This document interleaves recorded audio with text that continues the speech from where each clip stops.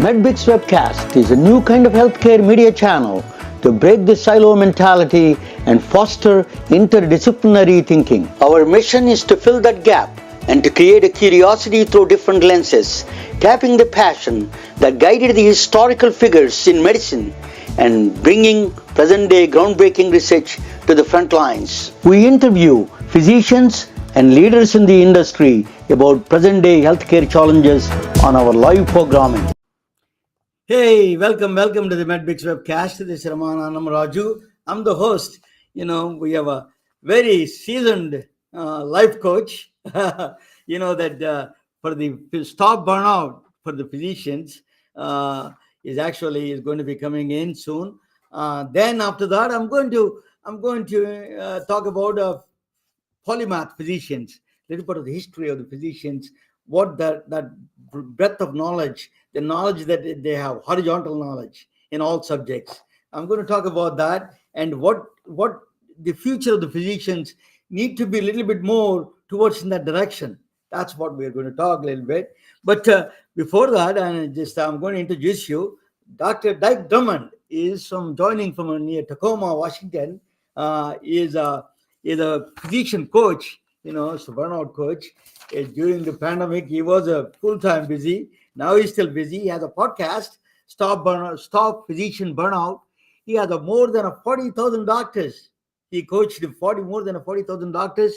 More than 120 or 130, 175 corporations.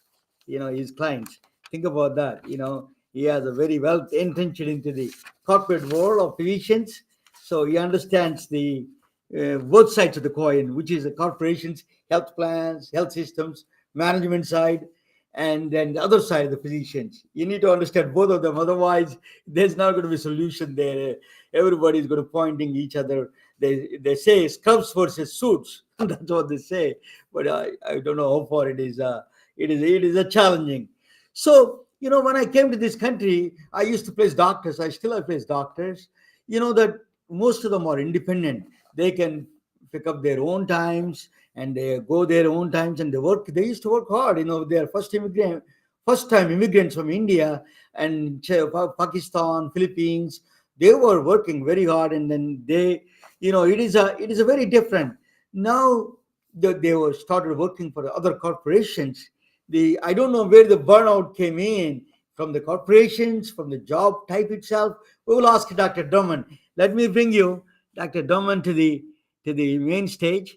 Hey, to the main stage. Dr. Drummond, welcome to the MedBix. Tell us a little bit about yourself. Everybody knows you, but you can come down a little bit background. Thank you, Ramana. Just really quick, what I want to say is that I'm not a life coach, although life is a lot of what we coach around. I'm an International Coach Federation certified executive coach, got certified in 2000. It's been 24 years that I've been working with doctors and entrepreneurs.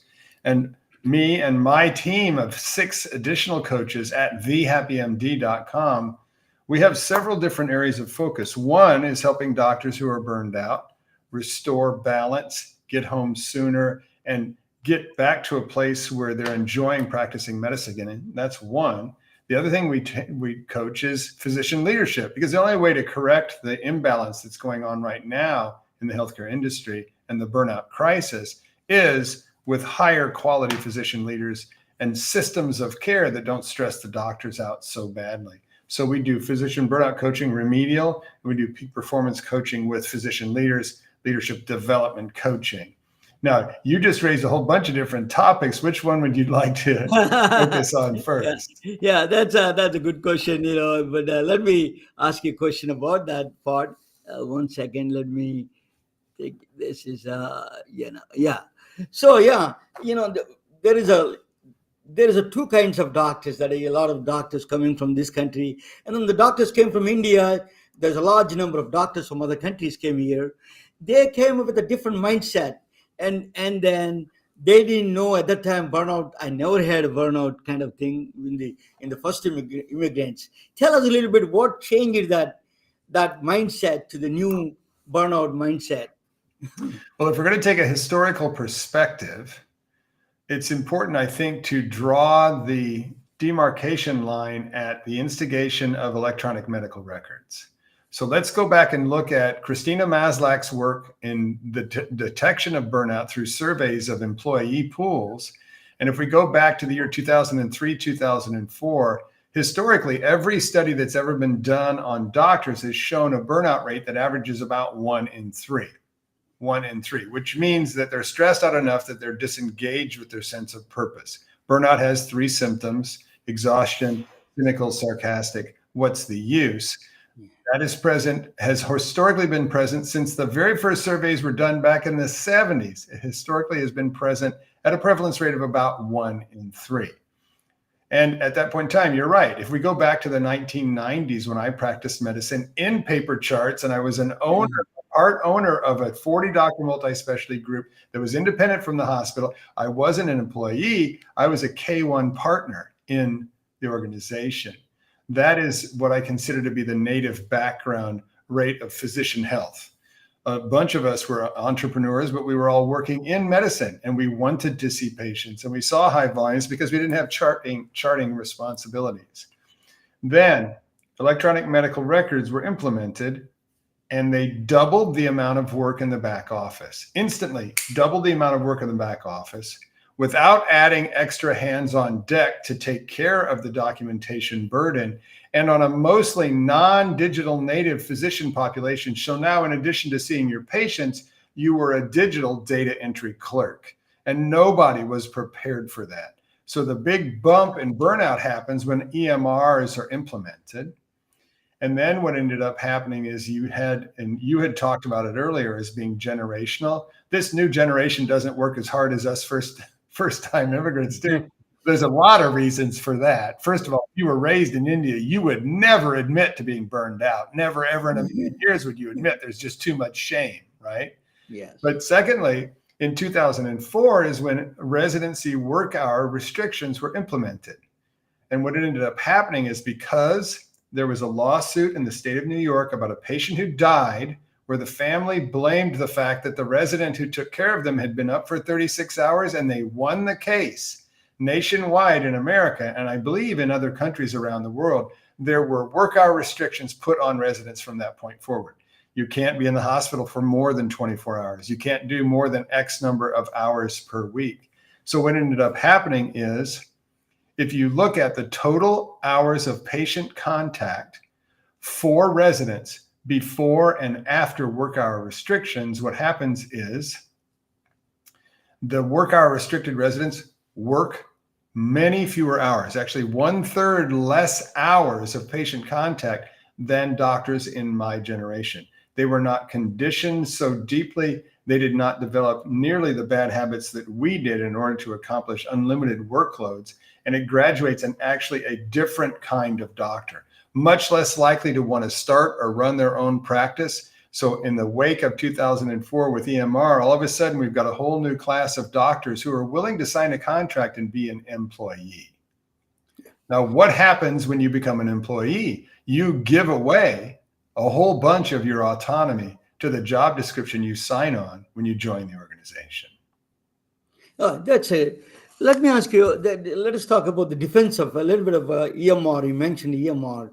Stanford did some research. What they said was it improved the product, it improved the efficiency, not the productivity. Productivity did not go up. The efficiency went up, but the productivity did not. So it really did not. It really, it had some negative effect on the productivity side. So when I used to, when I was working with a doctor one time, first time in New York City, I was working in, I did actually, that it was we used to write the HICVA 1500 forms with a pen, so when we implemented the technology there and the printing automatically on the on the dot matrix printer, it is a big boom. Actually, it is a big headache over for doctors. They enjoyed that part. Then the electronic medical records came in, it changed the different parts. So the technology has some benefits, and then the electronic medical records, without understanding what they go through, is really, that is reduced the work actually load on the printing side. For 1500 form that you do automatically printing their claims, it's really added advantage there. They enjoyed it, but on the other side, the EMR really had a bad effect. Let you make comment on that. Well, I'm looking at it through a very specific lens. Okay. Yeah. I'm looking at the effect of electronic medical records on the workload and stress levels of the doctors. Yeah. Now, what you're talking about is the larger business effects of EMR. Of course, it makes it easier to code and to bill and to query the databases to get information out. All of that stuff is true. But if you look at what it does to a population of doctors, and even today, when the incoming doctors are all digital natives, even today, if you do a burnout survey on a population of doctors, the burnout rate will hover around 50%, which is where it's been since EMR and employee status took over. Even today, collectively, EMR and documentation overload, documentation burden is always the number one source of stress. Now, it's not the number one source for everybody, but across a population, it will be the number one stressor, because the study also showed that in many cases, on average, the doctors will spend twice as much time in the chart as they do in front of a patient. And if you've had to see a doctor recently, I'll bet money that doctor was looking at the computer screen and not your face when they were taking a history. Yeah. It's a big change, that part. And I remember one doctor telling me that he's scared to go into the exam room, that he was worried about that what he's going to press the wrong button there. It was a lot of pressure that he used to tell me. One doctor, Dr. Shah, actually, he said that at this age of my life I couldn't take it anymore. That's what he said. Well, you need to focus your attention either on the patient or on the chart. If you can't multitask, your brain is incapable of multitasking. And what it does when you add a second task in is it makes you half as good at both of them. Let me ask you a question. Why it is so important for a patient to look at the doctor, to look at them? Was there any physician-patient relationship, observer and observed? I presented some topic on it. Tell us a little bit. If we don't look at it, what happens to the patient's psyche and psychological aspects of the patient and doctor himself? What are if there is not that they're looking at each other, not talking to each other, what kind of effect it has on the patient and the doctor? I am certainly not master of that body of research, but I'm pretty sure that one exists. But let's just talk about it. If I take away the physical proximity, if I take away the fact that we're together in the same place, it would be as if I'm practicing medicine over the phone. And no one can tell me that practicing medicine over the phone is near as impactful and near as meaningful to the doctor as being in person. Plus, I would bet to you that if we studied the magnitude of the placebo effect, you lose 90% of the placebo effect if we're not in the same energy field and proximity to each other. I would just bet that. I can't believe that would not be true. That's a great point. Placebo effect is, you see that big effect of the placebo is absolutely correct, right? So you mentioned about carpenter. I saw one of the videos. You're talking about carpenter belt and the doctor. Can you explain the analogy for that, actually?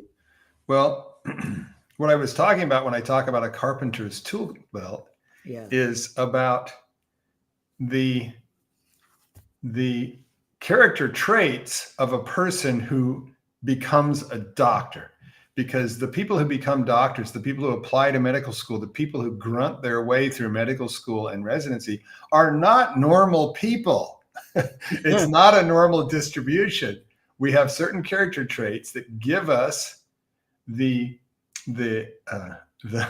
ego that says, I can do it, right? And it's usually because you started performing in grade school and you've gotten good grades all the way along, because it's typically thought of as an academic pursuit. So what are those character traits? workaholic, lone ranger, superhero, perfectionist, right? Curiosity, another one. Well, maybe curiosity, but there's not a lot of curiosity involved in memorization and regurgitation of test answers, okay?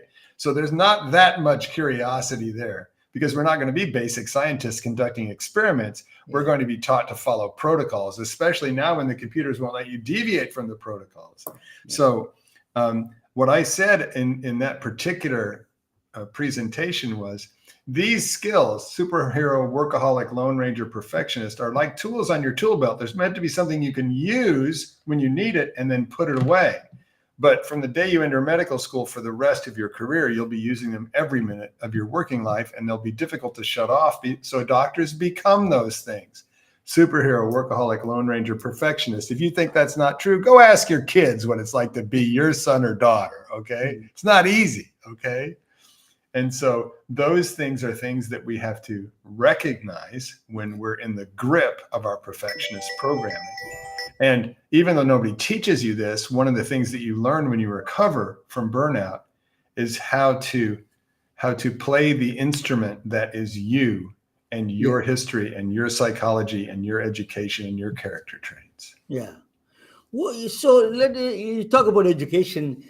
So what do you think of the education did not teach, or did teach wrong way, or did not teach something that they can respond to this kind of a outside of this learning field, which is the stress and which is other things, that what is the requirement in education lacking in that sense? Well, we've boiled it down, and when you made my introduction, I haven't coached 40,000 people. Between my coaching practice and my training, live trainings done for corporate clients, we've trained and coached over 40,000 people, because I stopped counting 4 years ago. I didn't think I needed more than 40,000. So we've identified 7 missing skill sets from our medical education. Yeah. The first one is how to, especially in the role of an employee, how to build a more ideal practice.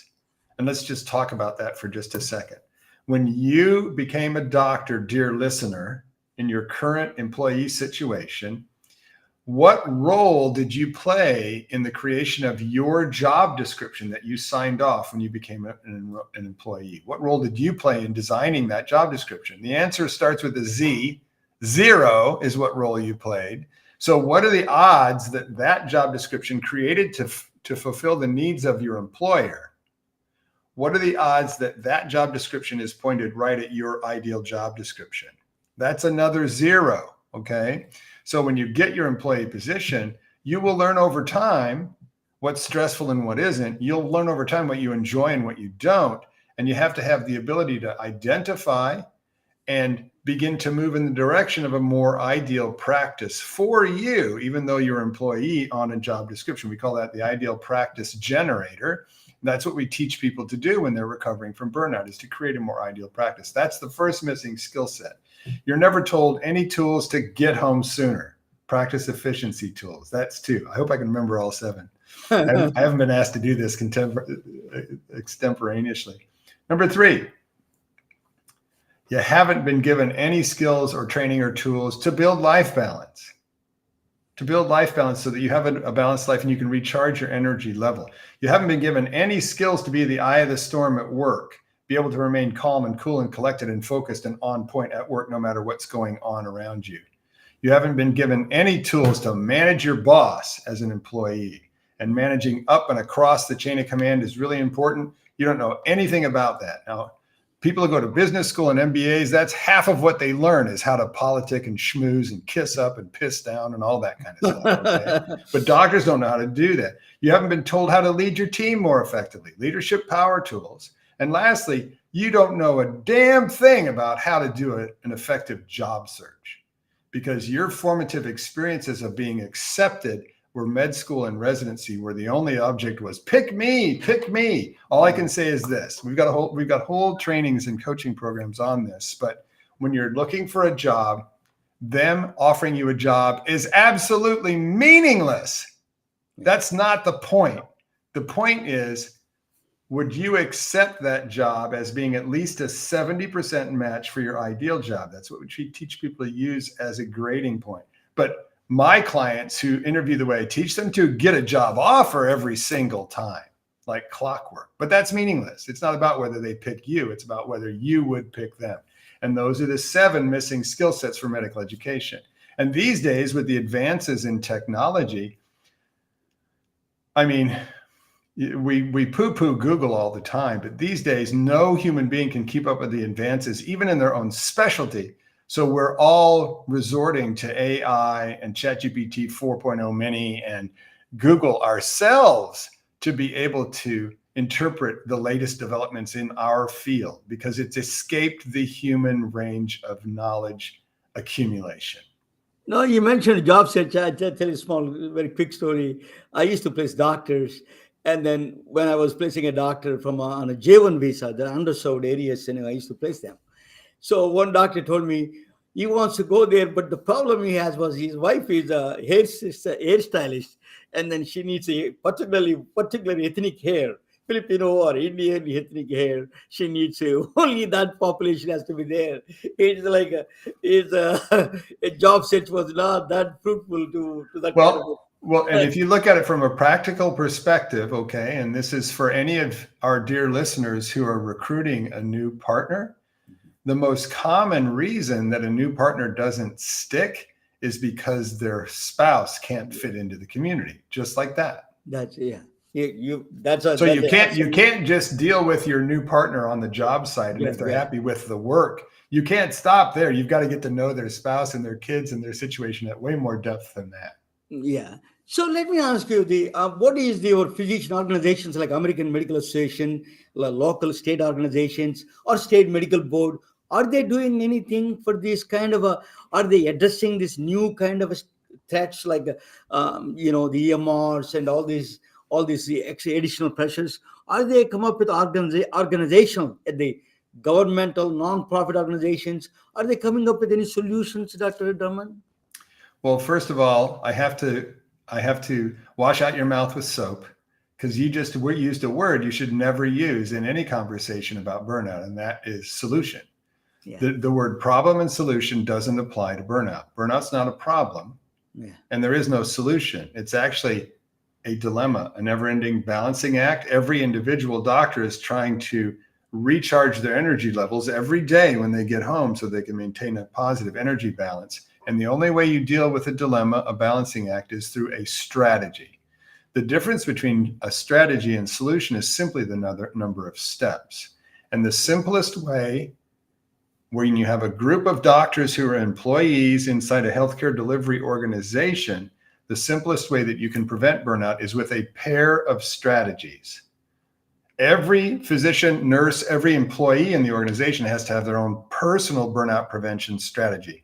And they're the canaries in the coal mine. So I call this the canary strategy. And they don't teach you this in medical school. This is what we teach, and people learn best through an episode of burnout. It shouldn't have to be mandatory to burnout, but that's how it usually happens. And at the same time, since I can build a coal mine that'll kill any canary, I need to have somebody in the organization creating a corporate burnout prevention strategy to create systems of care that are ones that don't overstress the people that are in them, and a culture that's supportive and supports well-being.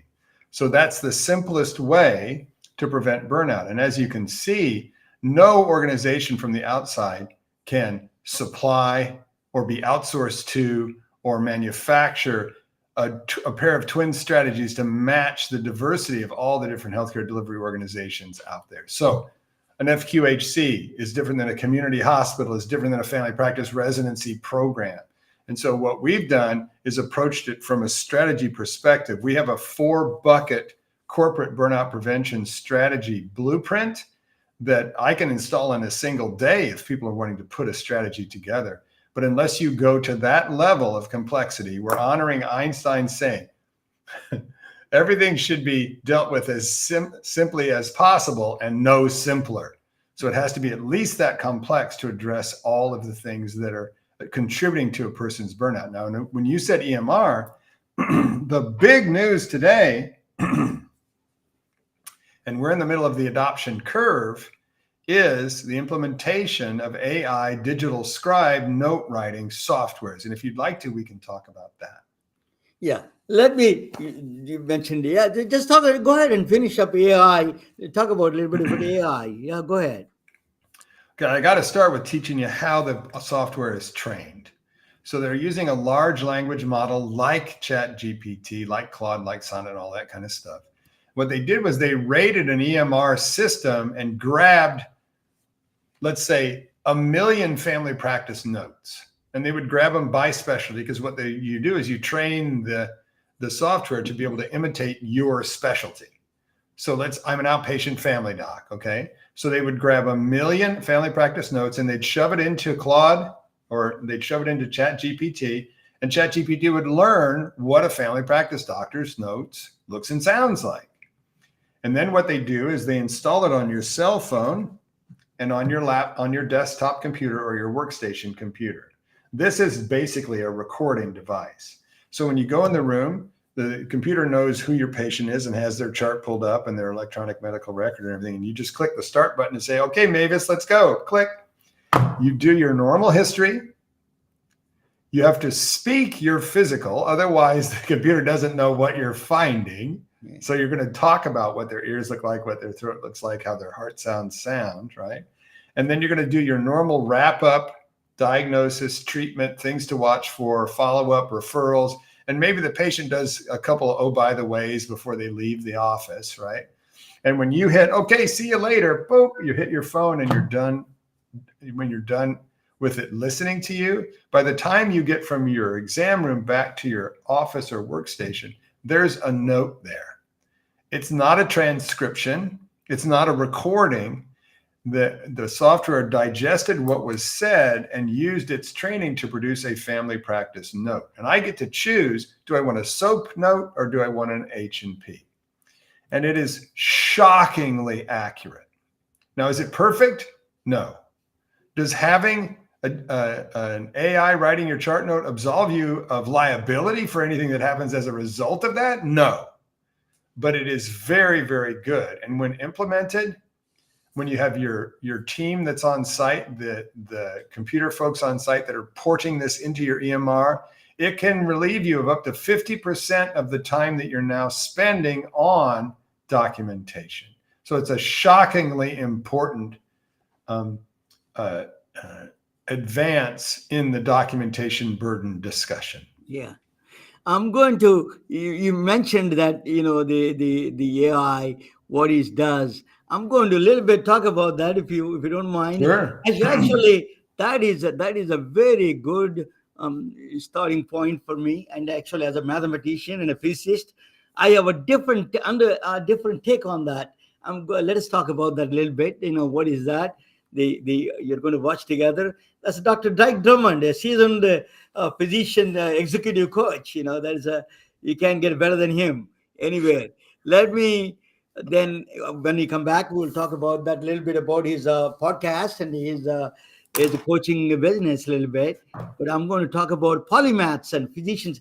Why he's talking about AI. I tell you what are the AI hidden dangers behind it. Why we need a polymath physicians or, polymath is a individual whose knowledge spans many different fields. Right now I'm focusing on polymath physicians, the doctors who became polymaths, and I'm going to talk about them a little bit. Physician, poet, astronomer, physicist, mathematician, philosopher. These are common trades in the 1600, 1700, 1800, all those days. So, Dr. Drummond, anytime you want to jump in, you're free to jump in. Actually, a lot of people didn't know that the birth of AI, the father of the AI, is a physician. He is the one who created a neural network. His name is Dr. Warren McCulloch. His name is Warren McCall is the doctor who created the neural network actually for the birth of AI. So I will explain to you why. He was born in 1898, and then he wrote these neural networks in 1940s, in fact. So a lot of people didn't know that, but the birth of a neural network is created by a doctor. A lot of He is a doctor, computer Well, hang on a scientist. second. It's even worse. It looks like he's a Scotsman. Yeah, he was, he's a computer scientist, he's a mathematician, he's a poet. He's also wrote a lot of poems. He wrote a books. So, what is the benefits of the polymath physicians is enhanced problem solving skills. That is some of the tools that Dr. Drummond is going to talk about it in general. Holistic approach to patients, placebo effect is included in that one. That patient physician relationships, adaptability in rapidly changing field. AI technology is coming up, data sciences, humongous data hitting on you. How do you really respond to that? Improved communication. This is a polymath physicians to learn all the subjects a little bit. Is a master jack of all trades. It's a really good big plus nowadays. Patient from a different backgrounds they come. How do you communicate with them? Actually, I remember one time a sales guy is taking that one day he called all the Indian doctors to a steakhouse. then then he called me. I went there. Nobody showed up.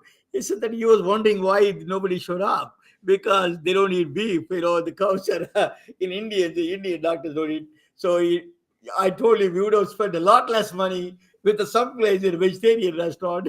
You could have got a lot more results. So understanding the cultures are important also, and the sensitivities of the patients, the cultural. So among all the physicians or polymath physicians, we cannot escape this guy. His name is Avicenna. Is Ibn Sina? He used to call Ibn Sina. Avicenna is from Iran. Is a 980 AD, 1,000 years after Jesus Christ was born. He is 1,000 around that area at that time. He's a physician. He's an astronomer, medical author. He wrote several books on medicine. And Amir of Einstein of medicine, they call him Amir. He's a truly Einstein of medicine. He has such a profound influence in the medical. He wrote a first book on cardiac diseases in the Iranian Persian language, Kitab al-Advaid Kulb, it is called. First book is the first cardiologist in my view. He wrote a first book on cardiac. He was using a calcium channel blockers on a zernab, a English yew tree that taken is a very poisonous tree, that he takes that extraction from the zernab, the fruit, very sweet fruit. That actually he came up with the that's used to ease the pressure on the heart. So calcium channel blockers he was using naturally for a long time ago. And then he was he also found a lie detector test by watching the pulsology. He was one of the famous guy in pulsology. So he used to say, "Where is your girlfriend?" He was watching the pulse. So tell me all the names of the places that he visited, and then he was giving the places the patient. Then he can find out when the girlfriend's address comes. You can tell exactly where his girlfriend living in there. So he was kind of a pulse lie detector test. He found out that through pulse, he is one of the. He was a Venus. He was the first time found out the Venus. The astronomer he is. He detected Venus first time. He discovered Venus, planet Venus. He invented the tripod. Actually, that to look at the skies. Think about that. At that time, he wrote the best of all. He wrote the book of Canon of Medicine, 6 volumes. That is almost 1,000 years. People are following Canon of Medicine by Avicenna. 1,000 years, almost there, that they followed his books in the Western world. He is a very well known in the medical field. He was a king in that sense. Physician, they call him. So ethics in science, he wrote a lot of books, a lot of text on the ethics also. That's why United Nations instituted a prize called Avicenna Prize, Ethics in Science, in fact. So he is a philosopher. Then he is a philosopher. One of the philosophy was floating man experiment. He did that. If somebody a thought experiment, if somebody freely falling, then he may not be aware of his body, his limbs, is anything, but he's aware of self-awareness. He says that it's called a soul, that Albert Einstein called principle of equivalence, that the gravity is the cause, that he called is a consciousness. Some people call it consciousness, soul. That's what he did. the Avicenna. So he is a truly a remarkable individual in the medicine. He's a polymath physician. He's one of the top guys in the polymath physician. Now, the modern day, still alive, that I'm going to talk about. I'm going to switch back and forth with the modern polymaths and the older guys in the history from history. It's a Michelle Bachelet. Her name is Bachelet. She was the president of Chile. She's a doctor. She's an MD. She became a doctor, and the Chile is the home of the observatories. I'm a physics guy. That we have a first exoplanet was discovered in the Chile observatory, and then the expanding universe was detected from the observatories from the largest telescope, radio telescope, is located in Chile. The skies are clear. Antarctica is very close. So that is one of this country. She was a president. She was a military strategist. She went to school for military strategy. Can you believe that? She used to be an entertainer. She was artist singer in a Last Clap Clap. That's kind of a group, I think. They used to travel around Chile to present this Last Clap Clap musical. So she's a performer. What happened was on the right side, if you see, I was a kid. I remember this one. Last picture of Salvatore Allende, the president of the leftist party. That was a democratically elected guy, was killed by Pinochet. That he was taken out by the military junta took him out. The Pinochet. I think that guy he really took over the country, Chile. During the time, her father, Michelle Bachelet's father, was a military general under the Allende, the president who was killed. So they imprisoned her father and mother. Everybody was imprisoned in Chile during the time. Alberto Bachelet and daughter Michelle Bachelet and his wife. In fact, in the custody, Alberto Bachelet died. They killed him in the custody. He had a heart attack and died. So that the daughter of that Alberto Bachelet, she came to the United States and she spent a lot of time in Maryland, and then she became a healthcare cabinet member for healthcare, and then she became a president of Chile. She was elected, first woman elected to the president of Chile. She expanded healthcare is a human right. She was worked in the United Nations. She proposed that healthcare is a human right. That was that indigenous population woman of Chile. She expanded the coverage for them, all of them. So she is truly a polymath of the new world. She studied, she studied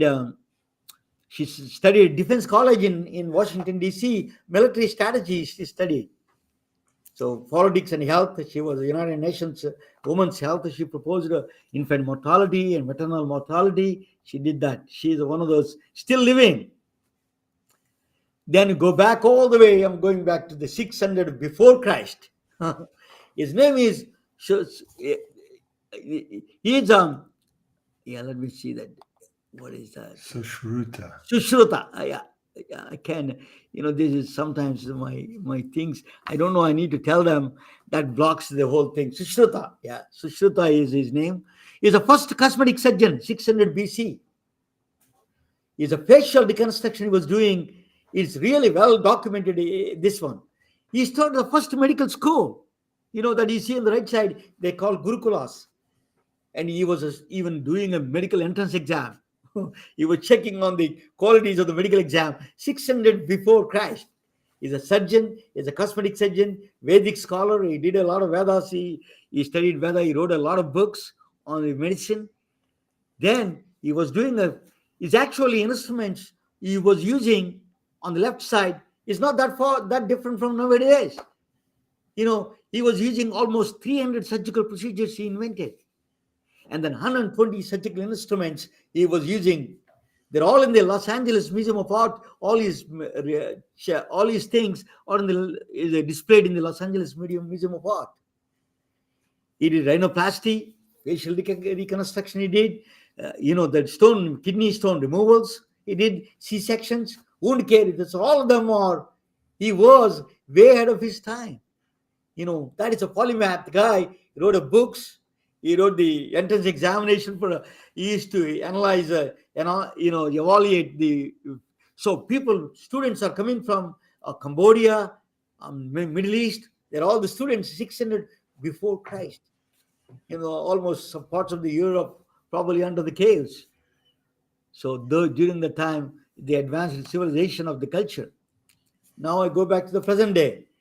Is a Dr. Stuart Kaufman. He is a polymath physician. He's a doctor. He got the University of San Francisco. He got the MD from here. But he's a physicist. He studied physics. He studied mathematics. Oh my God! People don't know about him. Still alive. He's 90 years old. What he wrote of this life creation is simply a chemical reaction. That's his new theories are. He was born in 1939.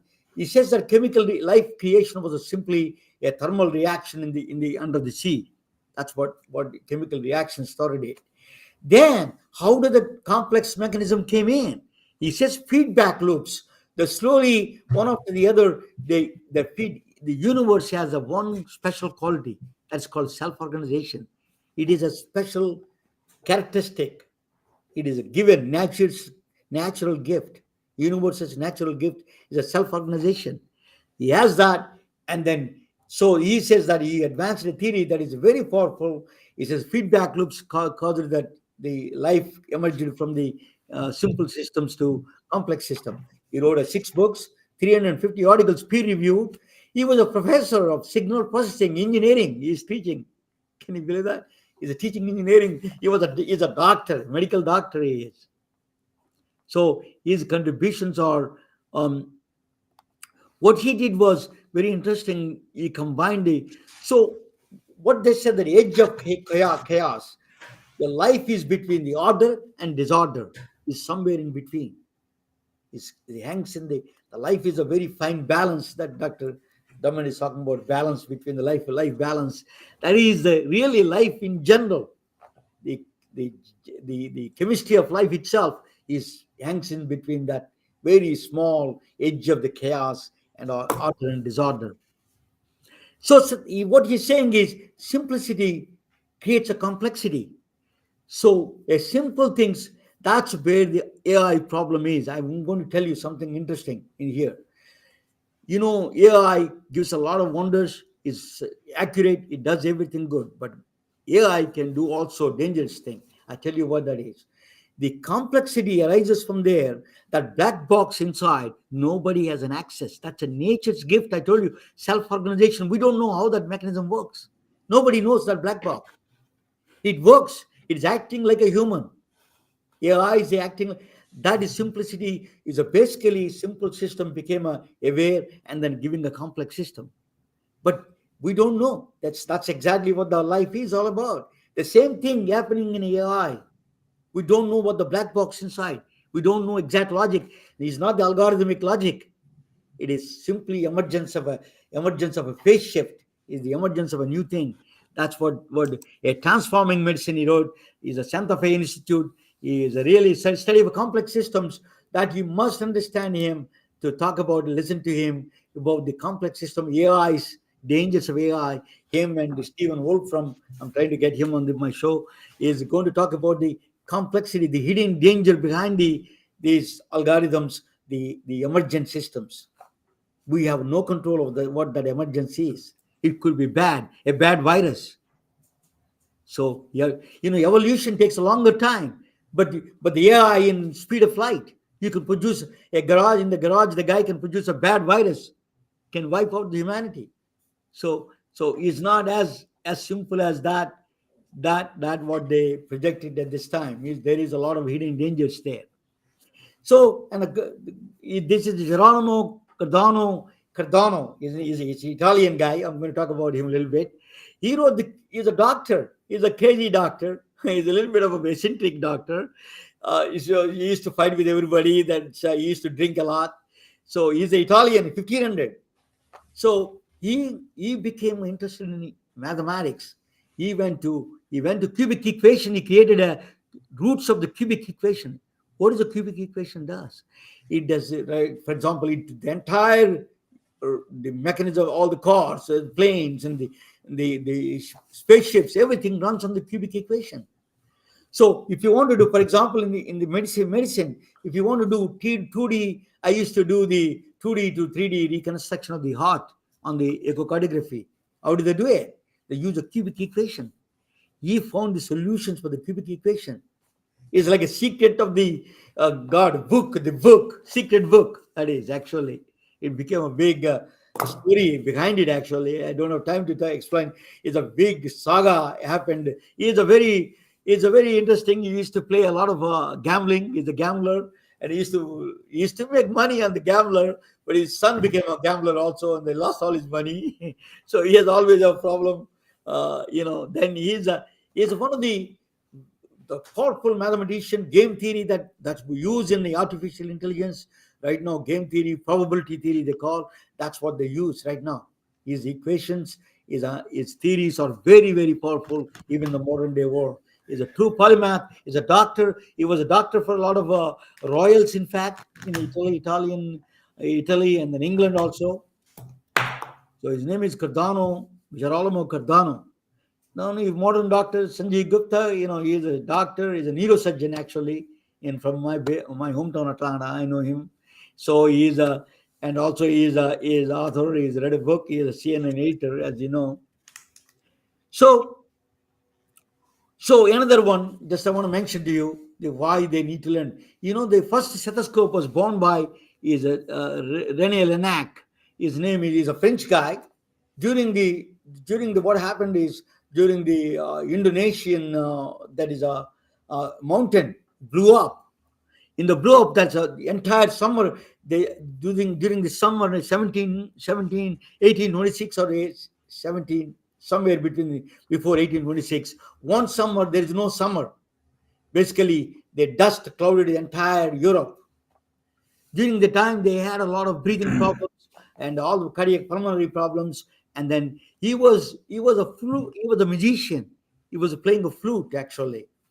So he came up with the idea of stethoscope. He invented stethoscope actually, because he doesn't want to put his ear next to the woman's breast. So he came up with the idea that he used the first used the concept from the flute that came up with the idea of the stethoscope. That is the first stethoscope on the left side you see.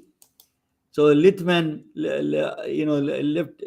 or from Harvard, he advanced that whole process in the electronic now. You can do a lot of things.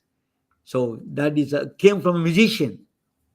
Birth of AI neural network, Dr. McCulloch, he is a really, truly hero in the sense people don't know about him. I was surprised when I come to know about him, how good he was. He is a physician, he's a pure doctor, and then he is a computer scientist. He understood the computers very well during the time. So what he did was he created a mathematical representation of the neuron. It's called another Warren Pitts, and another guy, Pitts. I don't know, is a Warren or first name. He's a Warren McCulloch. I think his name is also Warren Pitts. The two guys got together and created a neuron, a Warren Pitts, the McCulloch Pitts neuron. It's called. What they do is basically a mathematical representation of the neuron. What they did was what it means. What is a mathematical representation? So if you see AI, how do they recognize how the AI works? I just give you a glimpse of it. He did in the 1940s. In fact, it still is the basis of all the AI.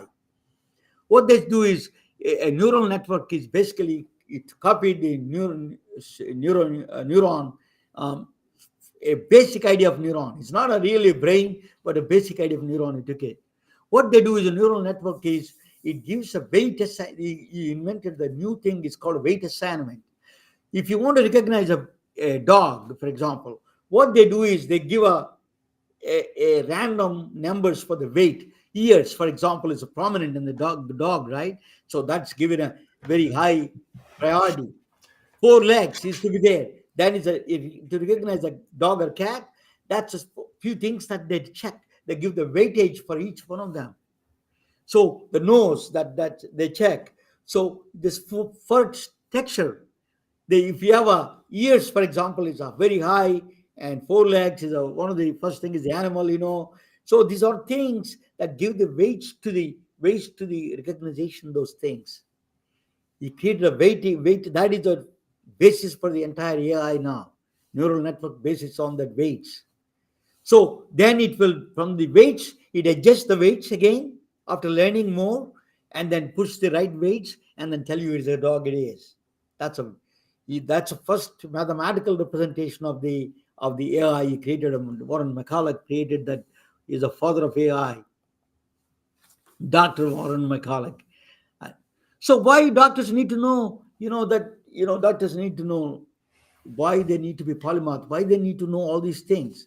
I can give you three examples of why you need to know, doctors need to know. One is a care journey. For example, how many doctors know that patient, that people may know, they understand it, but really they know the care journey of a patient.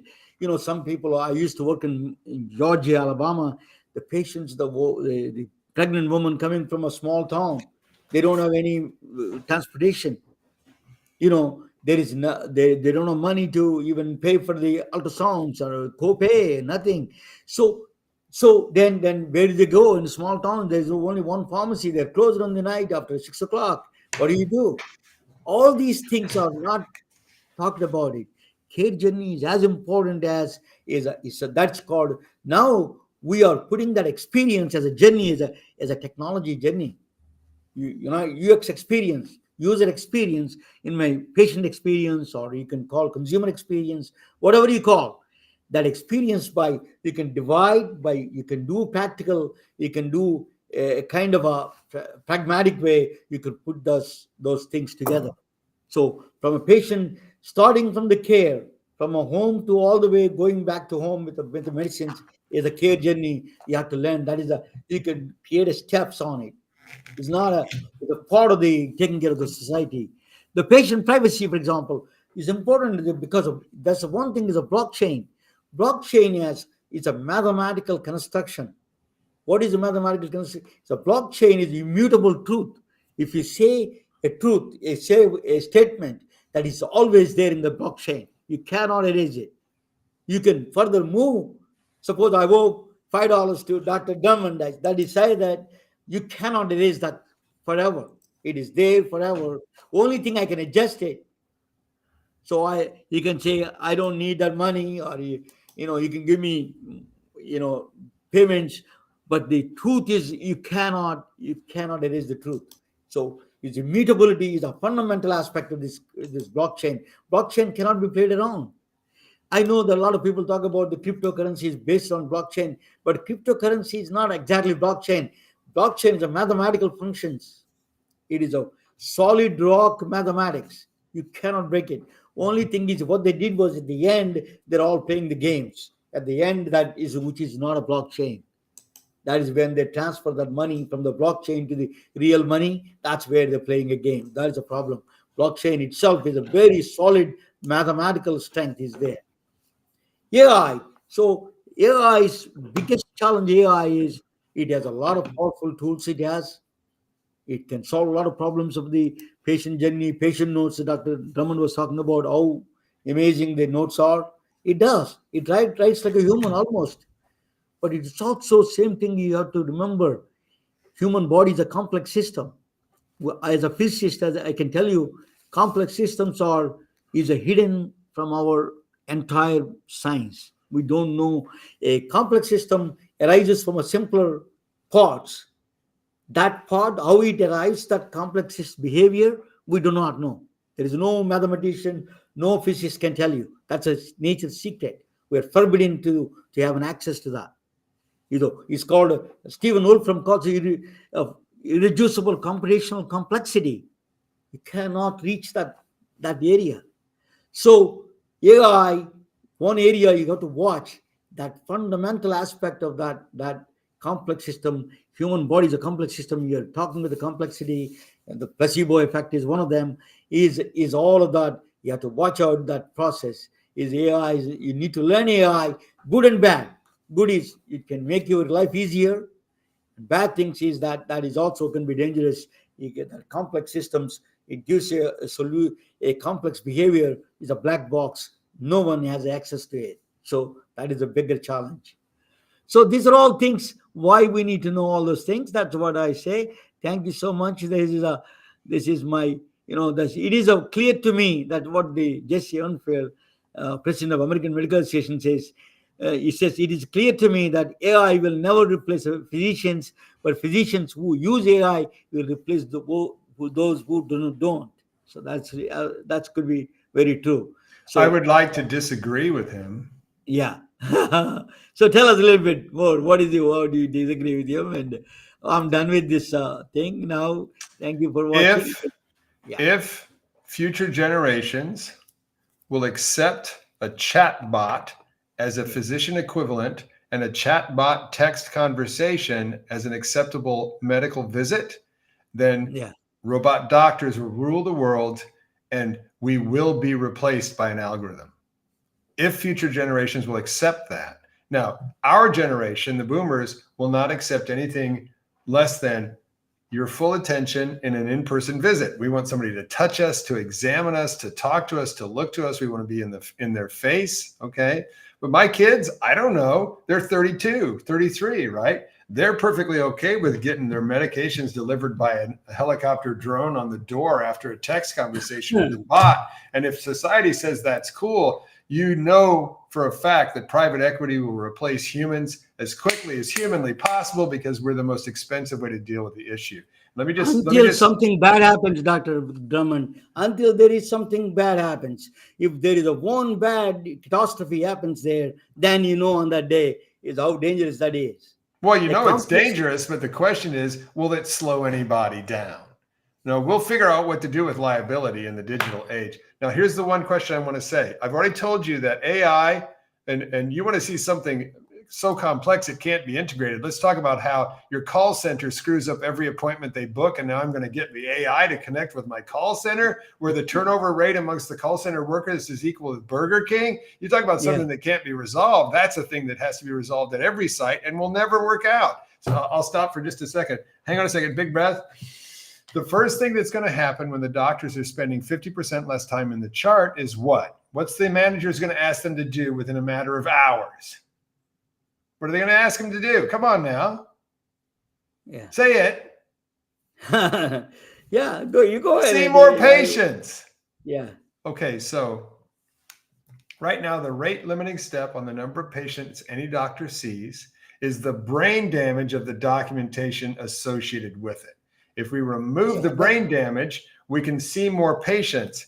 If the patients can be scheduled and they can be moved through the system in a more efficient manner, I have faith that the call centers and the booking programs and the simple people moving logistics will be the next rate limiting step. But what the CFO would like to do is have you seeing 10 extra patients a day. And my fear is this: we already know about compassion fatigue. We already know about decision fatigue.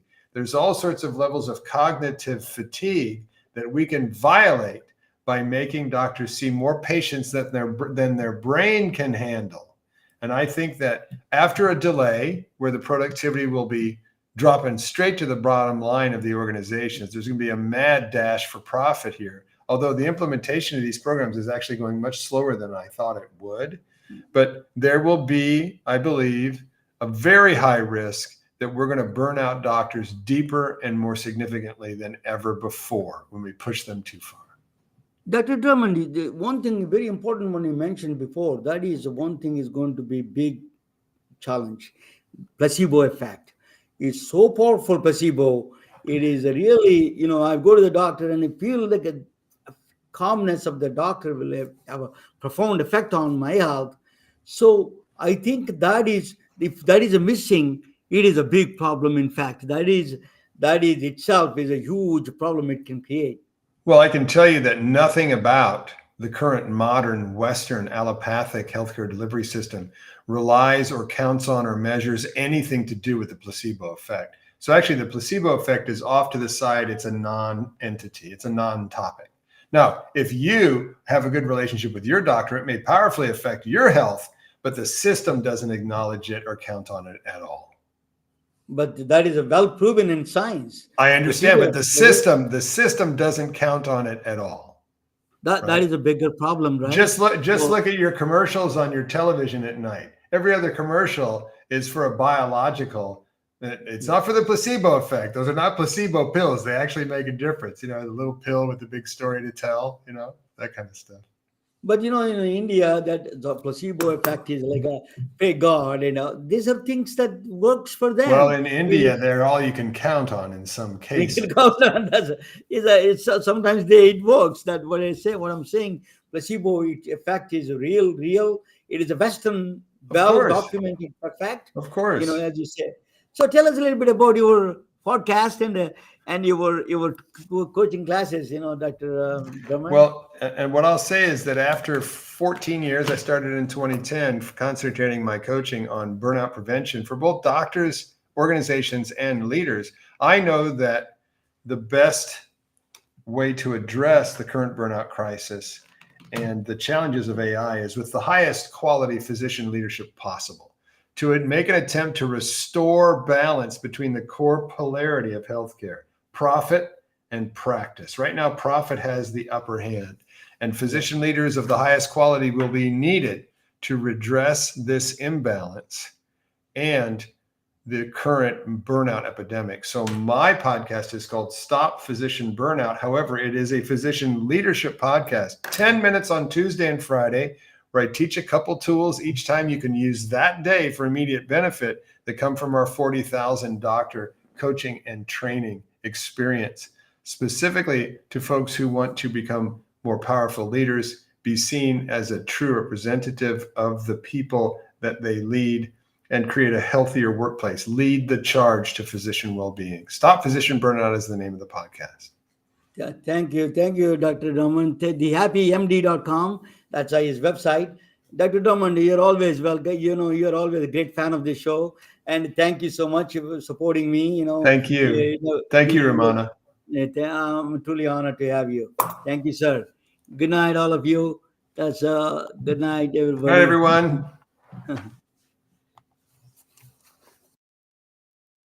Telling their stories through our patented designs that can be worn on scrubs, t-shirts, printed on conference bags, and endless other promotional materials. Daily Wear for Medicine is the first ever of its kind to create curiosity in medicine through visual art. We at MedBricks are celebrating unsung heroes of the past who made enormous contributions to the field of medicine through our unique campaign called Daily Wear for Medicine. You can wear it, carry it, and give it